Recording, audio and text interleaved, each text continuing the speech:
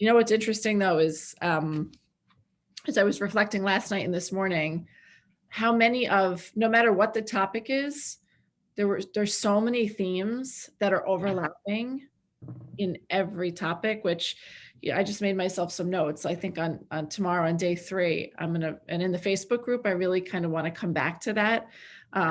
Just a lot of small steps day by day, letting go of perfectionism. Like these are like ringing true for every speaker. It's very, very interesting.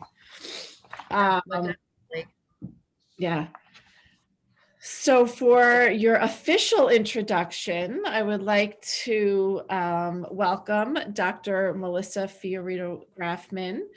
I know her very well because of some experiences with my own children, and through my children, and we might get into this a little bit more, I was able to develop a relationship with her as well. And you have helped me, as you know, immensely over the years. And part of my journey to get me to where I am right now here in front of all these people. So I am truly grateful to have you with us, and for giving the opportunity for other moms to hear from you. So thank you for joining us this morning, and maybe just tell everyone a little bit more about what you do and who you are. Yeah, sure. So, well, thank you very much. I want to let you know that I adore you. I know we've sort of evolved together in this really in this strange way. It's been a parallel process for us. And I hope to be able to revisit that dynamic a bit throughout this time we have together. So I am a pediatric neuropsychologist, which basically is something most people don't know, but I'm trained in psychology, right? So I have a PhD in psychology. I work with pediatrics, and I specialize in an area of psychology, which is neuropsych, and that is the assessment and diagnoses of all different kinds of developmental disabilities or disorders. So anything from ADHD to learning disorders to autism. And I also provide therapy in my practice. So I work with kids from about the age of 6 to young adulthood. Over the years, I have kind of focused more on that neuropsych piece. I do a lot of forensic type work with independent evaluations and parents looking for a more detailed analysis of their child's needs in terms of education and socially and emotionally. But I also see patients for therapy, and we do see patients in that for those kinds of services. And that's where you and I sort of came in a little bit as well. I've been in private practice for over 10 years, but it's been a journey. And where I am today and where I'm going, and I think that this rings true for probably some of the speakers that you've had, is being at this impasse in your professional career where you have achieved a certain amount of success or knowledge. And, I could only wish if you were to have asked me 15 years ago, I always had a vision of having a private practice and helping children and parents and moms and families. But I've really reached a point where I have superseded so many of my expectations, and I'm so grateful for that. But now I'm at a point where I want more. And I want more in the way of, I want to be able to reach a larger audience. I want to be able to cast a wider net and to take my work in a different direction, which is something I've been working on over the last year. And that is another way in which you kind of come into the picture for me, right? Is reconnecting after many years, and in some ways you helping me and me helping you in figuring out what that next step is. So over the last year, I have really done a lot like many people, of reflection. And now I'm at a point where I feel confident enough in what I'm doing that I can kind of go off in another direction. And that other direction for me is really the work of working with mothers and women.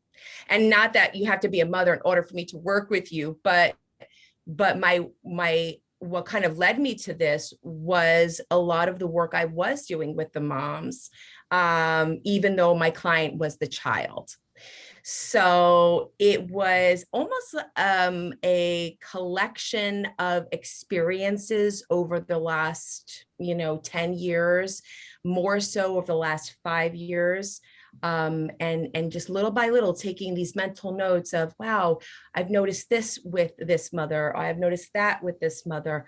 And then also my own personal experiences being a mom and my own personal struggles with my health and conception and being able to conceive, and this working as a parallel process leading me to working on a program where I can really specifically work with women and mothers. So so I've been working on that, and Marielle actually was on yesterday. Yes. Yes, and I saw a glimpse of it. I went back and I looked at the recording, and she was somebody who really was pivotal for me as well, Mhm. in changing gears a bit and focusing my practice or my work in a different direction. And I know that then when we connected, Janine, that was somebody you also worked with and also helped you guide you in a way where we are here today. So it's just interesting how in life I really you realize that that whole saying that your vibe attracts your tribe, and it really does. Once you're in that wavelength of like-minded people, open people, women, men, whoever they are, to be able to kind of open up their hearts and their minds to say, okay, there's more out there, there's more to learn, there's a bigger audience to reach. And it's almost like we're energy kind of like moving in and out of space with one another. So but she also helped me very much so focus my attention into what was going to be the next steps for my work. Mhm. So I was going to say, so let's say for the moms listening, let's say this is resonating with them, and like both you and I are like, I feel like there's something else that I'm supposed to be doing, right? Like you're at this, you've accomplished what you've wanted to accomplish maybe in your career, and um but you're still a busy mom. How do you decide, or for you personally, how did you kind of, obviously working with Marielle, but you had to do the work. Oh, So absolutely. what did you do that really helped you kind of hone in on what that next step is? Right. Well, and that's part of the program that I ultimately developed. And what I was finding was, even though I was working with these families, these children, I oftentimes would have this almost informal or even sometimes formal work with moms. And what I was starting to notice was that a lot of these moms were two things that I was noticing. One was that they were disconnected from their intuition. They were kind of second guessing themselves. I mean, we should have some conscience that says, are you doing the right thing? So I'm not suggesting that that's a bad thing, but they were just sort of disconnected from what they knew intuitively. And I think as a population, we just generally are becoming more and more far removed from that more primitive sense of just listen to yourself. What's your body telling you? What are you feeling? What are you thinking? But really grounding yourself in that process. Sounds really easy to do, but it's actually quite difficult when you have so much going on in life. So I found that moms were doing that. And it was interesting because they would come in with a certain set of concerns and possibilities of what they thought was going on. And after my very thorough educated assessment of it, it was ultimately the same thing. And it was very unusual that a mom's initial impression of their child was actually not was inconsistent with what I found. So I was saying to myself, okay, what's going on here? The other thing that I noticed, or pattern I noticed, was a lot of moms feeling like, okay, whether they were working moms or stay-at-home moms, but feeling like, okay, I've raised my children, they're getting older, um, and they do not need me in the same way. So now what? Mhm. And your mindset in your early 20s or your 20s or your 30s, whenever before you had kids, is quite different. You're a different person now, So I found that they were feeling a bit unguided, lost, depressed, anxious, unclear, feeling like they didn't have a say in the relationship. And not because anybody was doing anything to them per se. It was sort of like, well, not my role is less significant, Right. even though it still is significant, but the terms are a little different now.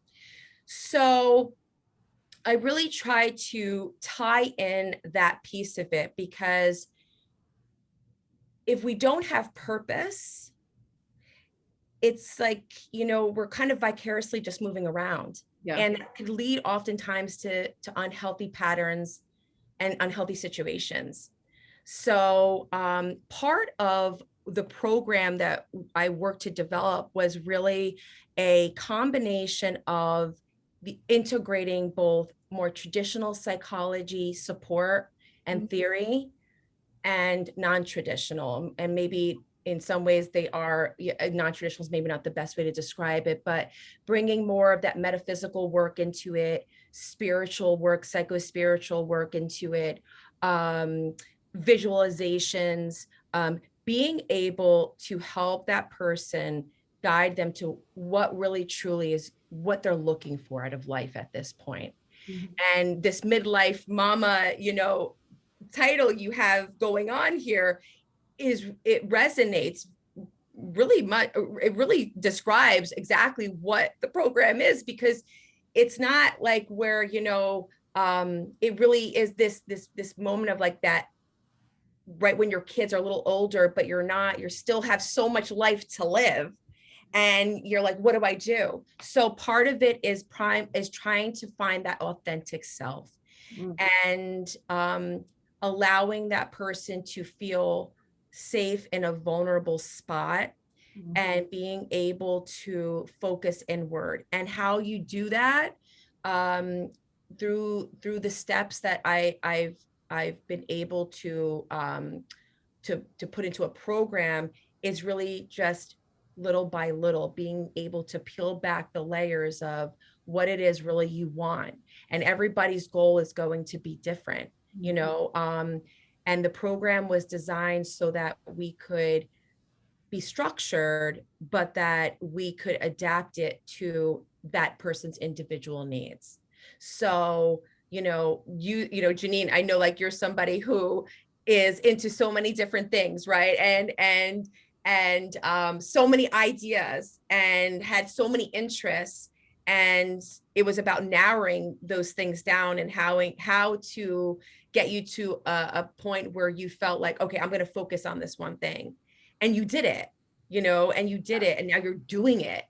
That's the goal. That's the goal. Whether it's finding your passion that puts you on a path to being a coach, or it puts you on a path to going for further education, or maybe just being more in touch with yourself and being more honest with who you are. And it doesn't mean that you have to do anything else other than that. Whatever the goal is, it's tailored to meet you where you're at and bring you to that place where you want to go. And it's really for people who are really motivated to change. They may not know how to change. They may not know where they want to go, or what they want to do, or where, what their next step in life is going to be. And it doesn't always have to be a career. It could just be a mindset. Mhm. I think that's the thing. This is not about, okay, well, you have your children don't need you in the same way as they did. Now we need to go back and find a job, or outside of the house, or Right. go for further education. Sometimes it's just a mindset. Maybe you just need to be in a better, more mindful uh place internally, so that you can be a better person to yourself first, your children, your partner, whoever it is.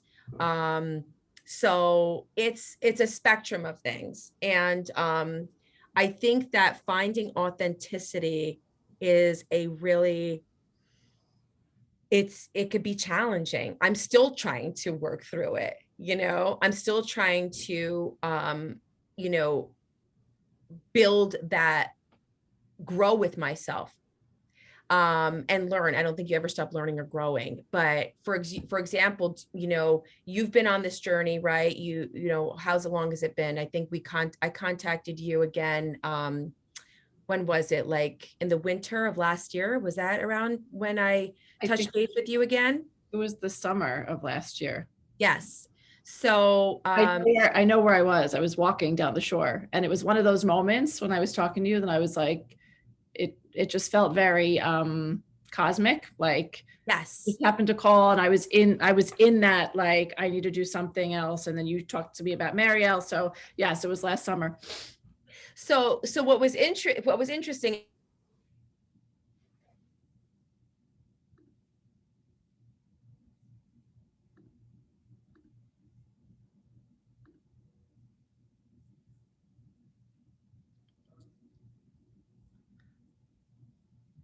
I don't know. Can you hear me? You're frozen. And I was like, I'm not really sure where I want to take my business and my work, but what I do know is that I have knowledge I want to share. I want to help people in a bigger way.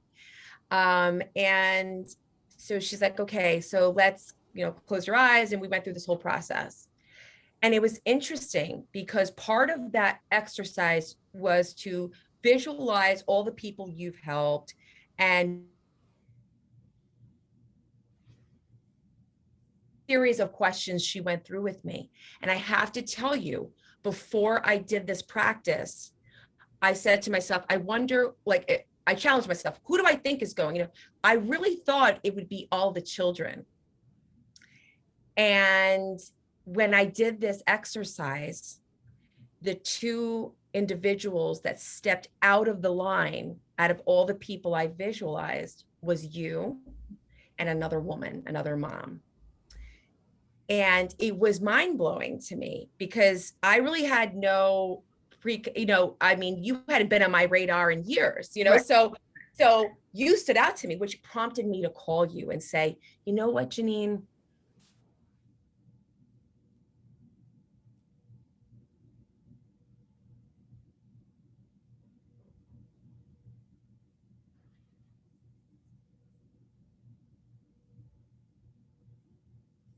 I needed to know from you what you got out of our work, so that that could help me inform where I was going on my path to helping other moms and women. Because I was still sort of like, I have all this data. What do I do with it? Right. And so for me, you were a pivotal person in guiding me.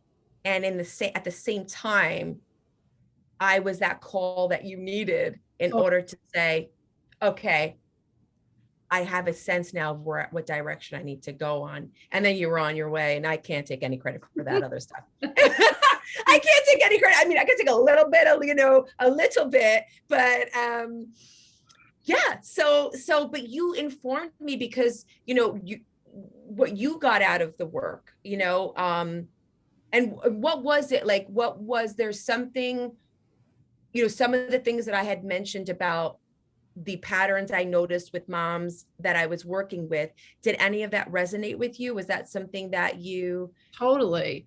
It was like I think it was a lot of confidence building for me, because as I was trying to, help my daughter through this, I felt like we get so many mixed messages from society in the world, that what you were saying, like, you kind of lose that intuition and you have so much going on.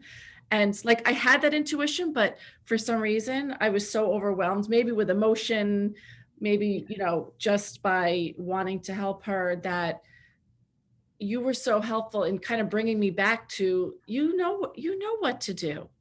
You Right. know, you need to give her this structure. You need to lay down the law, right? You know, and so I think it was just that helping me ground myself again and remember um, everything that I truly knew inside about how to kind of handle this situation. Um, so that was, I think, the piece of our work that I took away. And even, oh, I remember, and said this to you recently, I remember the perfectionism thing. I remember sitting with you and having a conversation, and I was feeling a little stressed because we had a photo shoot the next day for our Christmas card. And I was like, well, Ella doesn't have the brown boots. I have the brown boots and he doesn't have the white shirt. And I'm like, I got to go to the mall and I got to get them. And you were like, so Remember? so gently was like, well, what would happen if you just didn't have everything perfect and you just use all of the clothes that I know you have in your closet? You're like, would you try that for me? And I'm like, all right, I guess I could try that. Right. And lo and behold, it was one of the most beautiful pictures and it was authentic. Yes. And it was such a lesson to me in letting go of that perfectionism and just getting clear on what matters and what I know to be true. So Yes. that was my experience with you. Yeah.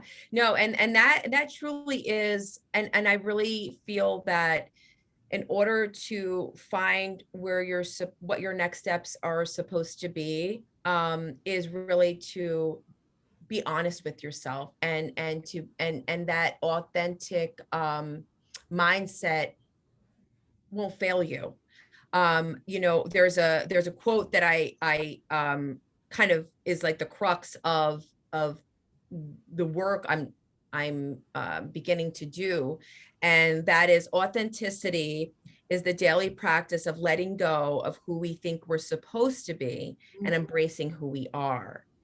And that really is the a pillar of the work, because it's very easy to get lost in everything else we're responsible for doing. Yeah. You know, there's so much there. There's so much to say about that. It's like, where do you even start? Um, and there's nothing wrong with being good to yourself. And there's nothing wrong with wanting to do everything for your family and loving your children and wanting to do everything for them and giving them a happy, beautiful, fulfilled life. There's nothing wrong with those things. But sometimes in the process of that, as moms, even as women, we bear so much on our shoulders. We're so strong and we're so beautiful and multifaceted, and we all have our strengths and weaknesses, but we can do the unthinkable. You know, we can manage so much, and some of us can manage all of this and some of us can manage a little bit of that, and that's okay. But at the end of the day, when we get to a point where we're doing everything for everybody else and we're not doing enough for ourselves to refill our tank, to refuel ourselves, ultimately we're not doing even what, you know, we want to do so much for everybody else and be great for everybody else, but we're probably not even doing the job we want to be doing because we're not filling up our own gas tank. So it's very easy, I believe, to get lost in everything else. I'm not even talking about friends in the periphery. I'm talking about even just your nuclear family, you know, your husband, your wife, your child, your mom, your dad that are aging, whatever it is. So getting lost in that, I think, is something we all do. But if we can catch ourselves and say, okay, what do I need? What do I need for myself? And unfortunately, I do feel that there is ingrained guilt that's passed on from generation to generation, as well as just more even on a societal level, that if you're a woman, it's like if you're a woman who, um, does X, Y, and Z for yourself, right? You feel selfish, you feel guilty. It's like, why, I don't have time to do that. I need to do this, this, and this for other people. It doesn't have to be that way. It doesn't have to be all or nothing. And I think the balance is what's really important, being able to find that balance and sometimes having to recalibrate. I have to do it all the time. Sit back and say, okay, I'm feeling really, really unbalanced right now. What can I do to give myself a little bit more of nourishment? And in my own journey, when I was, after the birth of my first daughter, and I talk about this in the program, after the birth of my first daughter, it triggered a lot of health conditions for me, autoimmune issues, a whole list of things. And I did not know what was happening until I tried to get pregnant the second time and realized that I was struggling. And that set me on a path of exploration and healing that took many, many years. And that part of my life parallels the work that you and I talk about moms and women and the data I was gathering all along. And even in my own parallel process of struggling as a mother to conceive, what that felt like for myself, in terms of, what does this mean as a woman? I can't, procreate, wanting a sibling for my child, feeling like I failed my family, all these things swirling in my head. What's wrong with me? Just at a very general, why am I struggling with this? What's wrong? And that sent me on a path of exploration, ultimately leading me to a place of peace and happiness. But it took a lot of hard work and being really truly honest and authentic with myself about the expectations I was placing on what a family looked like, Mm-hmm. um, what it meant to be a woman, and what that was supposed to look like, um, and really challenging myself. It took me a while to get to a point to, just like that quote says, letting go of who I thought I was supposed to be. And that was okay. I was supposed to have 2 to 3 kids and have this and have that, but it didn't work out for me that way. I ultimately ended up conceiving my daughter naturally after medical interventions, many, many, many, many, many interventions. The way I ultimately conceived her was through working on myself, Yeah. meditating, being honest with my fears, letting go of what I thought I was supposed to be as a woman, as a mother, what that was supposed to look like, um, learning about the powerful nature of plants Mm-hmm. and healing myself through herbs and um, and being able to meditate and literally, you know, meditate in such a way where you're really talking about, you're talking to your body, on a cellular level, really changing the way my body was functioning. And it was all that power was within myself. Honestly, it was within myself. I had some guidance. I met with shamans. I met with MDs. I met with intuitives, acupuncturists, no matter who it was, whoever would listen to me. I went to them and I took little pieces of information from everybody. But ultimately, if I didn't do that work, I wouldn't be probably having this conversation with you today. I might have never have had a chance to conceive my second child. So many things would have been different for me. But that powerful, I think that's what one of the biggest things about why I wanted to do this work is that the power, not to sound cliche, but the power really does lie within yourself. Mm-hmm. And giving yourself permission to feel like you deserve to do that for yourself. And whatever that change is and whatever path you're meant to go on, really being able to tap into that and figuring out, how do I get from where I am now to where I want to go? So the journey for me was very circuitous, Mhm. and sometimes very painful, but I would not change one thing about what the path I took and how I got there. I don't live in regret for anything. I think that we make the choices we make when we make them, and we have always have a choice. We always have a choice, even if the two choices are terrible choices, or even if the three choices are terrible choices. You still have a choice. You have a choice, and I chose to work through it, and by doing that and working through it, I'm able to now use that knowledge to help and guide other women and moms into the space that they need to be in to live a more fulfilling life. That ultimately is the goal. So I'm so happy that it doesn't always have to be that heavy, I mean,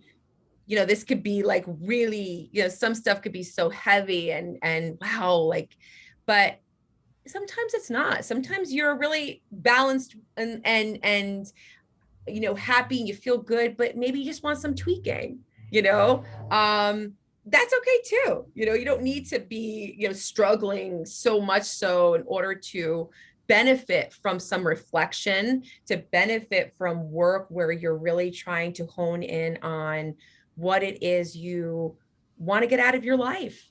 We have this gift of life, and given what we've all been through over the last year, we see how quickly life changes and how quickly our freedoms can be taken from us, as much as just being going able to go to the store and feeling like, oh wow, okay, we're like in a better place now than we were a year ago. I mean, that's something that I would have never imagined in my wildest dreams, that we would be in the position we were in, right? It's like I look back at the 2 months prior to the onset of COVID, and I was like, oh, if only we knew, Yeah. you know if only we knew. Although what would we have done? But we take for granted. I take for granted probably pretty much every day. I try to remind myself, we need to be grateful. We need to be grateful for what we have, no matter how much or little it is. It's something. So yeah, I'm really excited for this work. I think that it is so timely with everything going on for us as as a globally, as a human population. So much change is happening, and it feels like a lot some days, Yeah. at least for me.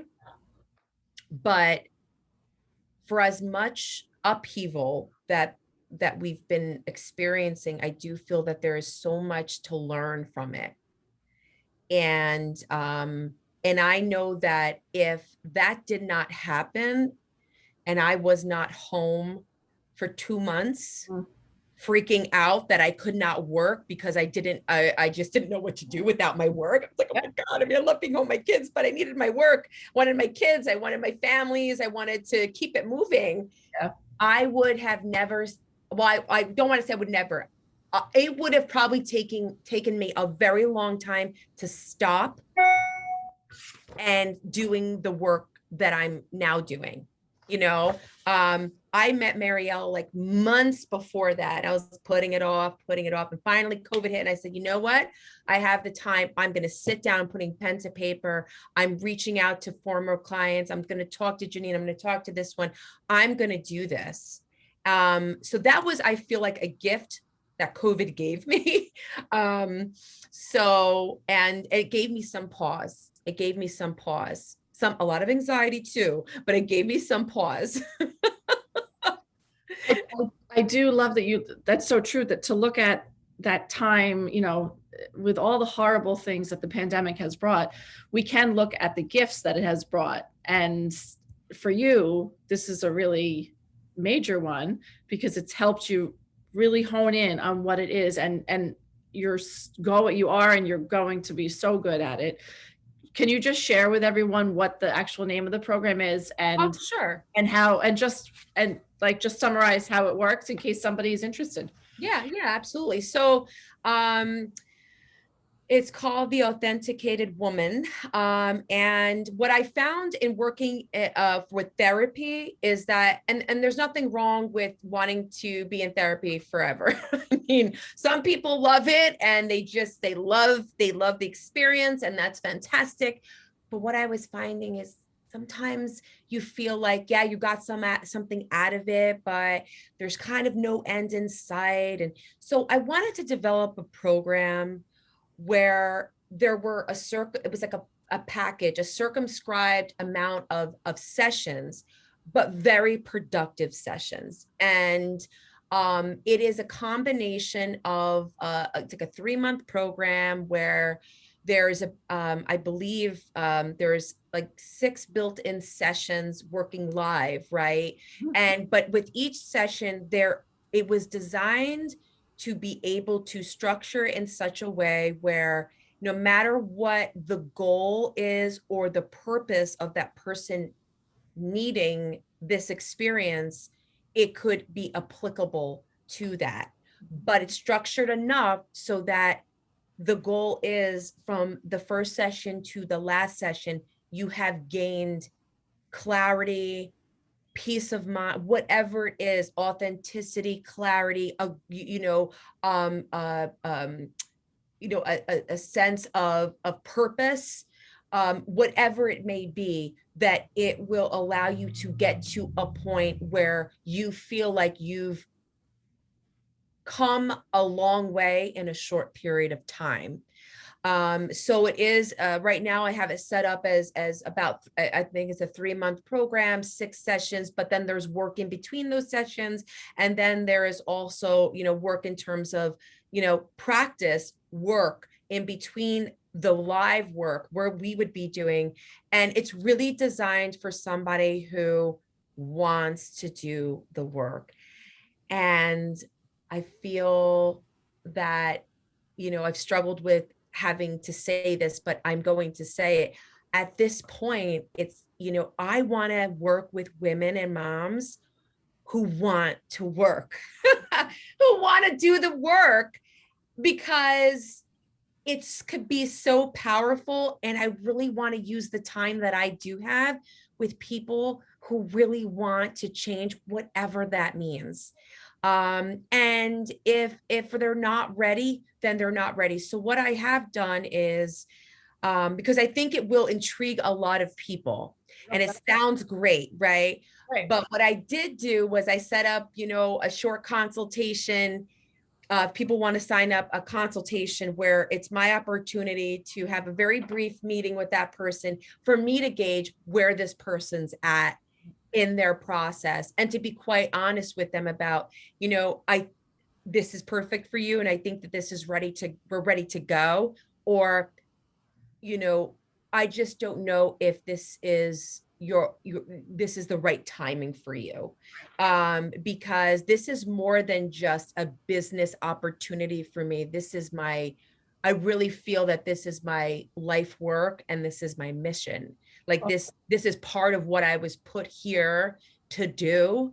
So, and there's nothing wrong about wanting to be successful and financially, supported, right? And to feel that you're valued, right? But for me, it's that, but it's also a passion of mine. So it's not just about, building my business. It's about doing good work and being able to reach women and moms in a way where we can really move it, we can really make some change. So that consultation really is for me to tap into my own internal process, and to use my 6th sense to be able to figure out whether or not that person is truly ready for the work involved. And so that is my way to a screening process. In the most polite way, in the most, but yes, but I think that's important, because we have to, we got to hit the ground running. Yeah. So if somebody wants to So somebody who wants to, you can go on my website, neuropsychandtherapy.com, and under services, you'll see all the services we do provide. But the first one, I think it's the first one, should be the Authenticated Woman. And it lists, it describes the program. And then at some point there, you will find a tab to schedule a consultation. Okay. Yeah. Perfect. Or they could email me and I can send them that, but I do have it on my website. And I do have a Facebook page, which could also be, I have to put it on the Facebook page, but you can access my website from my Facebook page, which is Center for Neuropsychology and Psychotherapy. And yes, I think that's it, right? Yeah, well, that was a lot. That was awesome. I know. I'm like, I don't know. I hope I was Perfect. Okay, good. I hope I got the points across. You're like, mic drop. Oh, you're too kind. And just knowing you on a personal level and having worked with you via my daughter, this is the perfect channel for you to help women do kind of what I was struggling with, and really, like I said, tap into that. What is it that I want next? And I love that you made the point that it doesn't have to be like, some people might be looking for maybe a job or career shift, right, but others might just want more peace, and to talk to somebody who's a trained psychologist, in my opinion, that really gets it, is so helpful. So well, now I could get a little, now I feel like I'm at a point where, okay, now I can start bringing in some of the other stuff, some of the spiritual work. Maybe we'll pull out some tarot cards. Maybe, who knows what it will bring. But I am so excited for this. And I thank you for being who you are, and coming into my life when you did, and remaining somebody who is just a wonderful sounding board, and you're taking off, and I'm really proud of you. Oh. I truly am. And you're doing such good work, and all of this, what you did, putting this all together, and the camaraderie of all these women sharing their work and their contribution, whatever that is really a beautiful thing. And I'm extremely proud of you, and I'm honored to be amongst all of that. So thank you for thinking of me and providing this opportunity for me. Absolutely. And I can't thank you enough for what you've done for me. And I love, to your point, this feeling, this collective feeling of women, because listen, we're all in this together, and it's not a race, right? And we're all just trying to find our way, and we're all just trying to figure it out. And if we can help spread our messages, and kind of like you said when you went to the shamans, and if somebody can leave this 3 days just taking a little bit from everything, or whatever resonates most with them, that's my hope and that's my goal. And because if mama ain't happy, ain't nobody happy. So that's true. The happier we can all be, the better off everybody around us is, right? Absolutely. Well, thank you again. And I know we'll be in touch, and I know that your work is going to just take off, because it's definitely what you were called to do. Thank you. All right. We'll talk soon. Okay. Take care, everyone. Thank you.